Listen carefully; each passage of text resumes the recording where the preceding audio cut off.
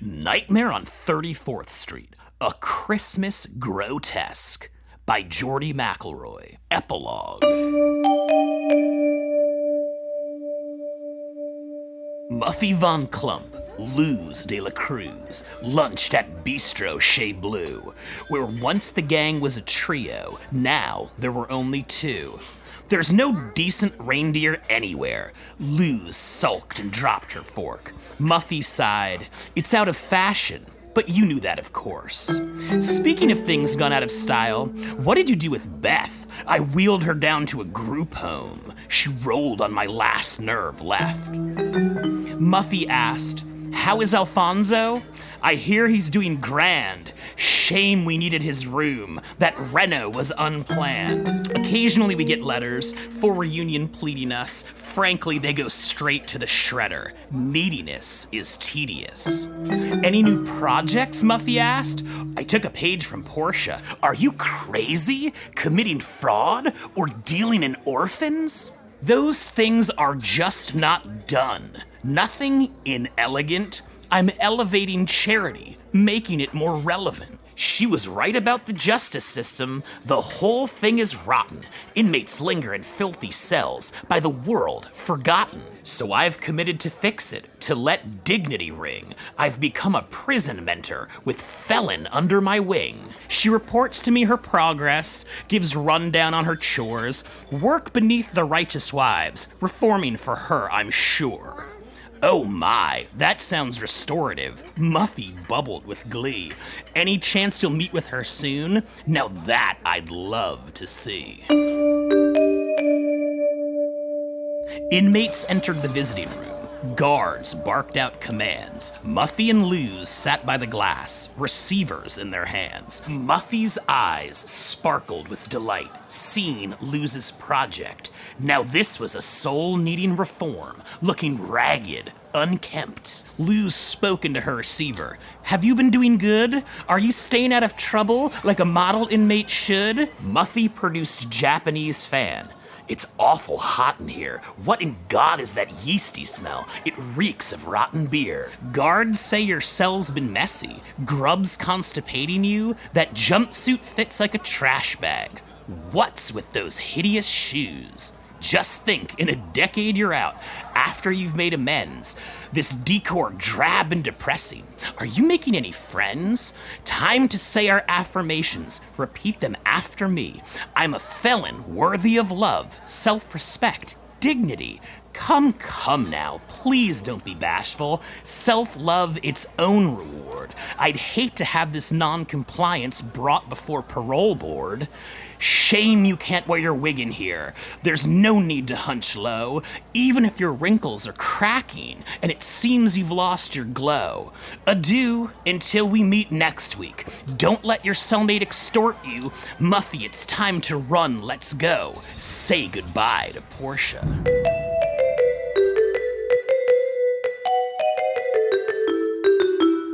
Up in Koopman's condo, Noelle sat by the fire. Killer snuggled at the girl's feet. No home in town higher. Swaddled in a cashmere sweater, sporting a wide brim hat, eating brownies, cookies, and sweets, for once, putting on fat. Orphan set her cocoa down and rung a tiny bell. In wandered youngest Chloe. "How can I help, Noelle?" "There's so much to do at the store. It's hard to make the rounds. Give me a rundown of numbers. Full department breakdown."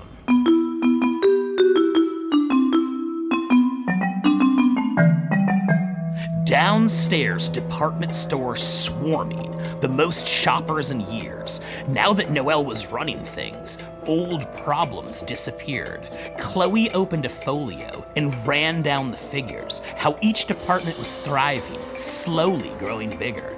Roxanne making a splash in hosiery, Penny killing dining, Susie doing wonders with makeup. I'm thinking of resigning. Aren't you happy? Asked Noelle. Of course, answered Chloe. Everything is running so smoothly. The store doesn't need me. Even Harriet's faring well. Heading security. No one wants to mess with her now. Power for all to see. Street rats run our loss prevention. Been weeks without a thief. They know every trick in the book. Zero chance for a cheat. Good thing they've finally showered, Chloe said with a grimace. Their BO had its own zip code. Perfume has its limits. What's next? Chloe asked Noelle. Tattoos with Dolores? I'm going to meet an old friend. Need to hit the florist.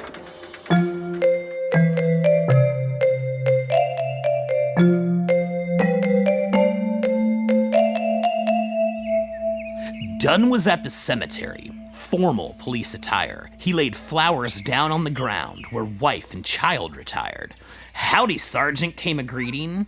He turned to see Noelle, carrying bunches of roses, daisies, tulips as well.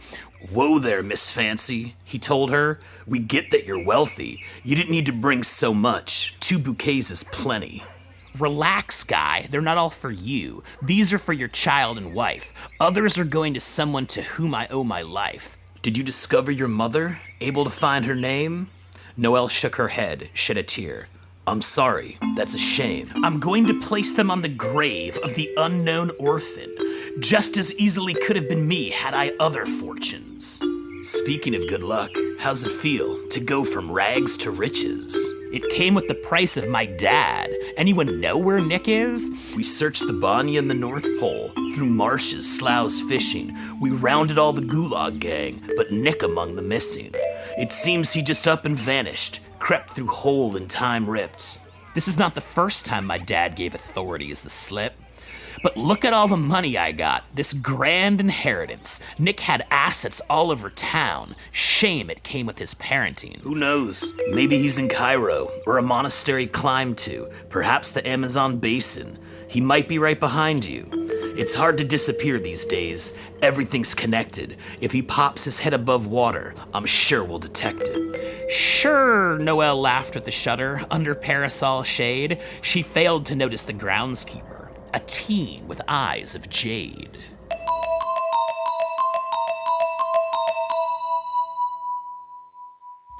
Steve Koopman was at the helm, his ship on wild sea, sold Noelle the store, penthouse floors, for once completely free, in his favorite Hawaiian shirt, through the weather bracing, Mercedes seasick and freezing, mounting problems facing. She tried to cut a new diss track, but there was no Wi-Fi. She demanded the sea be quiet. Steve said, I'll give a try. Overboard lost her mobile phone. Wave drenched through fast fashion. Soaked to the bone, so far from home, with imagination lacking. This life is unacceptable.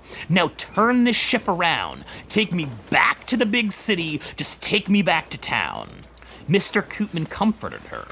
This is our home now. We'll go where fair winds blow. Through unknown waves we'll plow. Well, I don't want to be rootless or some high sea rover.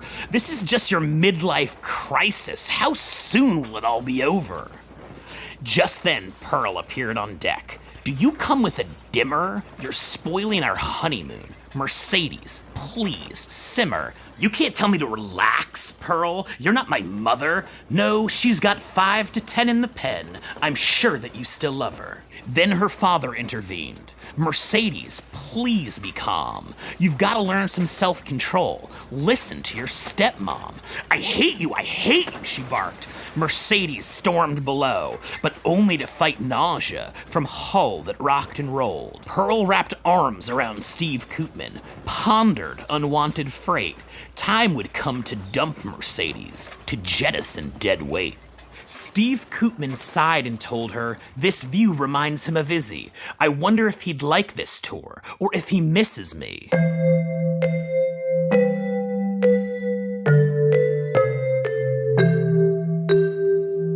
High in the Andes, a problem. Llama, alpaca missing.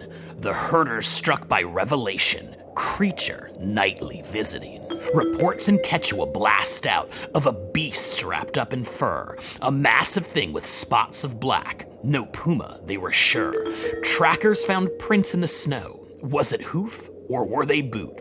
Judging from their depth, folks figured 400 pounds, a brute. Elders told tale of times gone by, only on coldest years, when evil enters hearts of men, an ice demon creeps near. Ruprecht they called him long ago, justice kept him busy. This moonless Christmas he's returned, but now they call him Izzy.